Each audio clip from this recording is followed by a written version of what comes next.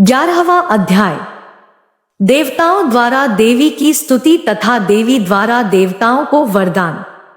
महर्षि मेधा कहते हैं, दैत्य के मारे जाने पर इंद्रादि देवता अग्नि को आगे करके कात्यायनी देवी की स्तुति करने लगे। उस समय अभीष्ट की प्राप्ति के कारण उनके मुख खिले हुए थे। देवताओं ने कहा, हे शरणागतों के दुख दूर करने वाली देवी, तुम प्रसन्न हो। हे संपूर्ण जगत की माता, तुम प्रसन्न हो। विंध्येश्वरी, तुम विश्व की रक्षा करो, क्योंकि तुम इस चर और अचर की ईश्वरी हो।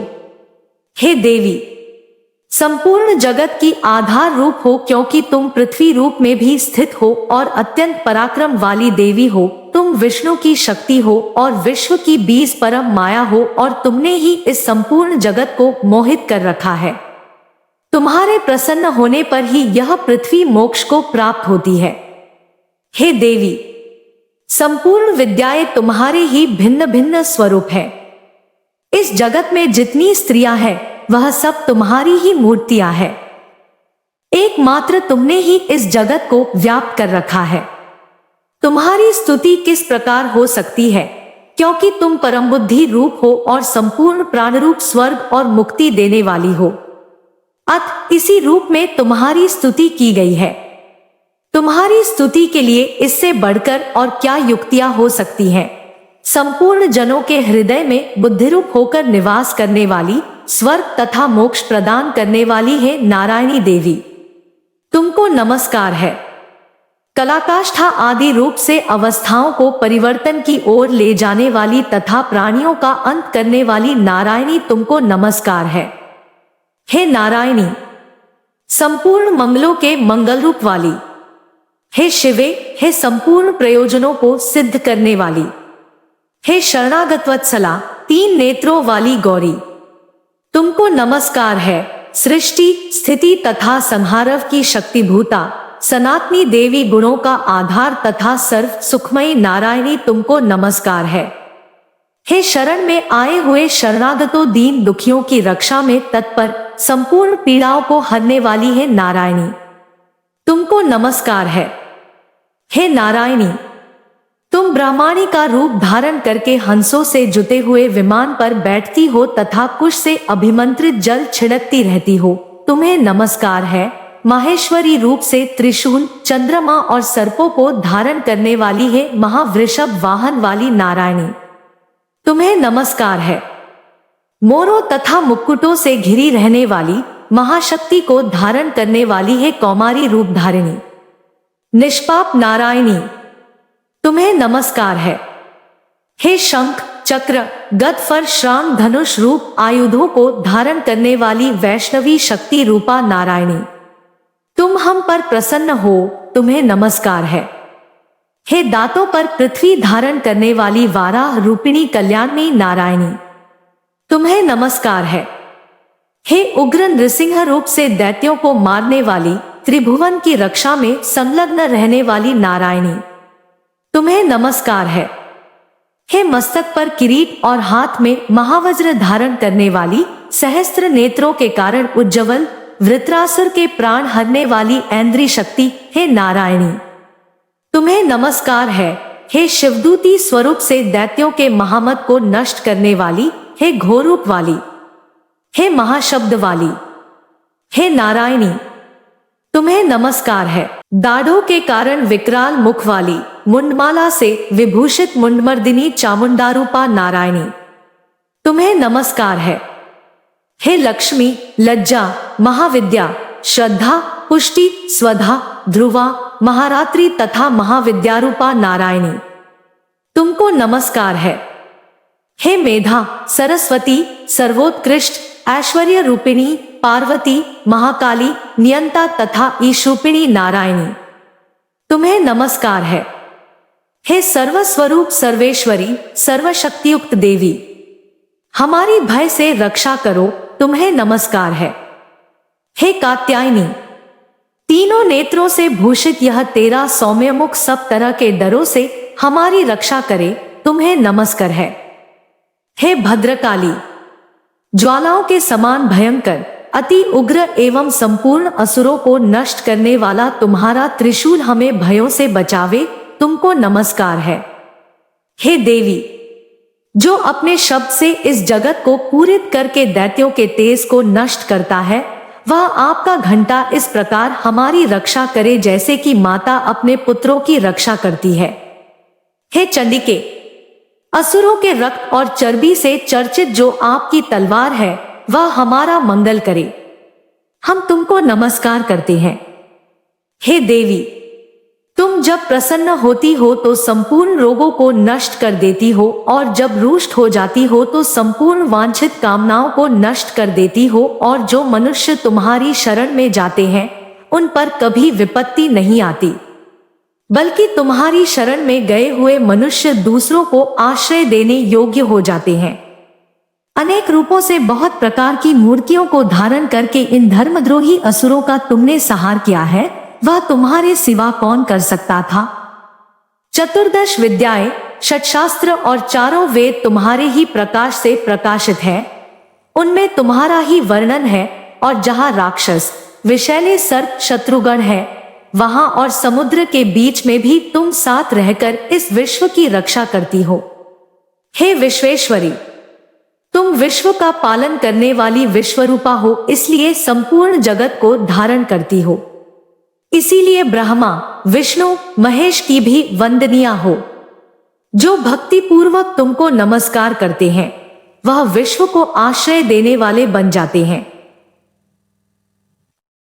हे देवी, तुम प्रसन्न हो और असुरों को मारकर जिस प्रकार हमारी रक्षा की है, ऐसे ही हमारे शत्रुओं से सदा हमारी रक्षा करती रहो।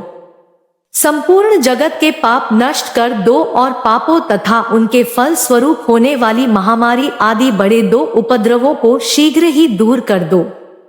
विश्व की पीड़ा को हरने वाली देवी, शरण में पड़े हुओं पर प्रसन्न हो। त्रिलोक निवासियों की पूजनीय परमेश्वरी, हम लोगों को वरदान दो। देवी ने कहा, हे देवताओं, मैं तुमको वर देने को तैयार हूं। आपकी जैसी इच्छा हो वैसा वर मांग लो, मैं तुमको दूंगी। देवताओं ने कहा, हे सर्वेश्वरी, त्रिलोकी के निवासियों की समस्त पीड़ाओं को तुम इसी प्रकार हरती रहो और हमारे शत्रुओं को इसी प्रकार नष्ट करती रहो। देवी ने कहा, वैवस्वत मनवंतर के 28वें युग में दो और महाअसुर शुंभ और निशुंभ उत्पन्न होंगे। उस समय मैं नंद गोप के घर से यशोदा के गर्भ से उत्पन्न होकर विंध्याचल पर्वत पर शुंभ और निशुंभ का संहार करूंगी। फिर अत्यंत भयंकर रूप से पृथ्वी पर अवतीर्ण होकर मैं वैप्रचित्ति नामक दानवों का नाश करूंगी। उन भयंकर महाअसुरों को भक्षण करते समय मेरे दांत अनार पुष्प के समान लाल होंगे। इसके पश्चात स्वर्ग में देवता और पृथ्वी पर मनुष्य मेरी स्तुति करते हुए मुझे रक्तदंतिका कहेंगे। फिर जब 100 वर्षों तक वर्षा न होगी तो मैं ऋषियों के स्तुति करने पर आयोनिज नाम से प्रकट होऊंगी और अपने 100 नेत्रों से ऋषियों की ओर देखूंगी। अत मनुष्य शताक्षी नाम से मेरा कीर्तन करेंगे। उसी समय मैं अपने शरीर से उत्पन्न हुए प्राणों की रक्षा करने वाले शाकों द्वारा सब प्राणियों का पालन करूंगी और तब इस पृथ्वी पर शाकंभरी के नाम से विख्यात होऊंगी और इसी अवतार में मैं दुर्ग नामक महाअसुर का वध करूंगी और इससे मैं दुर्गा देवी के नाम से प्रसिद्ध होऊंगी। इसके पश्चात जब मैं भयानक रूप धारण करके हिमालय निवासी ऋषियों महर्षियों की रक्षा करूंगी तब भीमा देवी के नाम से मेरी ख्याति होगी और जब फिर अरुण नामक असुर तीनों लोगों को पीड़ित करेगा तब मैं असंख्य भ्रमरों का रूप धारण करके उस महादैत्य का वध करूंगी। तब स्वर्ग में देवता और मृत्युलोक में मनुष्य मेरी स्तुति करते हुए मुझे भ्रामरी नाम से पुकारेंगे। इस प्रकार जब जब पृथ्वी राक्षसों से पीड़ित होगी तब तब मैं अवतरित होकर शत्रुओं का नाश करूंगी। 12वां अध्याय, देवी चरित्रों के पाठ का महात्म्य। देवी बोली, हे देवताओं, जो पुरुष इन स्तोत्रों द्वारा एकाग्रचित होकर मेरी स्तुति करेगा उसके संपूर्ण कष्टों को निसंदेह हर लूंगी। मधुकैटभ के नाश, महिषासुर के वध और शुंभ तथा निशुंभ के वध की जो मनुष्य कथा कहेंगे, मेरे महात्म्य को अष्टमी, चतुर्दशी व नवमी के दिन एकाग्रचित्त से भक्ति पूर्वक सुनेंगे, उनको कभी कोई पाप न रहेगा। पाप से उत्पन्न हुई विपत्ति भी उनको न सताएगी। उनके घर में दरिद्रता न होगी और न उनको प्रियजनों का बिछोह होगा। उनको किसी प्रकार का भय न होगा। इसीलिए प्रत्येक मनुष्य को भक्ति पूर्वक मेरे इस कल्याणकारक महात्म्य को सदा पढ़ना और सुनना चाहिए। मेरा यह महात्म्य महामारी से उत्पन्न हुए संपूर्ण उपद्रवों को एवं 3 प्रकार के उत्पातों को शांत कर देता है। जिस घर व मंदिर में या जिस स्थान पर मेरा यह स्तोत्र विधि पूर्वक पढ़ा जाता है, उस स्थान का मैं कभी भी त्याग नहीं करती और वहां सदा ही मेरा निवास रहता है। बलिदान, पूजा, होम तथा महोत्सवों में मेरा यह चरित्र उच्चारण करना तथा सुनना चाहिए। ऐसा हवन या पूजन मनुष्य जानकर या बिना जाने करे, मैं उसे तुरंत ग्रहण कर लेती हूँ और शरद काल में प्रत्येक वर्ष जो महापूजा की जाती है, उनमें मनुष्य भक्ति पूर्वक मेरा यह महात्म्य सुनकर सब विपत्तियों से छूट जाता है और धन, धान्य तथा पुत्रादि से संपन्न हो जाता है। और मेरे इस महात्म्य व कथाओं इत्यादि को सुनकर मनुष्य निर्भय हो जाता है और महात्म्य के श्रवण करने वालों के शत्रु नष्ट हो जाते हैं तथा कल्याण की प्राप्ति है और उनका कुल आनंदित हो जाता है। सब कष्ट शांत हो जाते हैं तथा भयंकर स्वप्न दिखाई देना तथा घरेलू दुख इत्यादि सब मिट जाते हैं।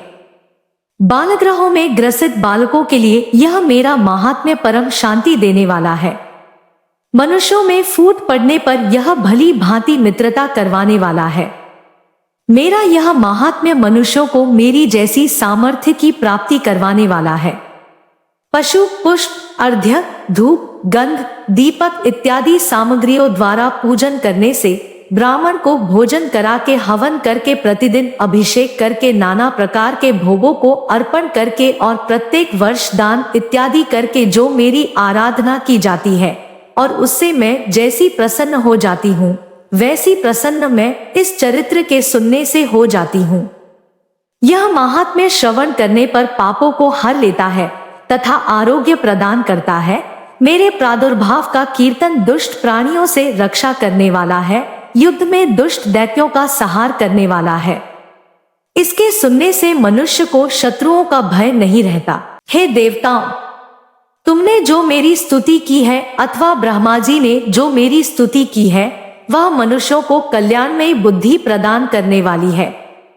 वन में सूने मार्ग में अथवा दावानल से घिर जाने पर, वन में चोरों से घिरा हुआ या शत्रुओं द्वारा पकड़ा हुआ, जंगल में सिंहों से, व्याघ्रों से या जंगली हाथियों द्वारा पीछा किया हुआ, राजा के क्रुद्ध हो जाने पर मारे जाने के भय से, समुद्र में नाव के डगमगाने पर, भयंकर युद्ध में फंसा होने पर, किसी भी प्रकार की पीड़ा से पीड़ित, घोर बाधाओं से दुखी हुआ मनुष्य मेरे इस चरित्र को स्मरण करने से संकट से मुक्त हो जाता है।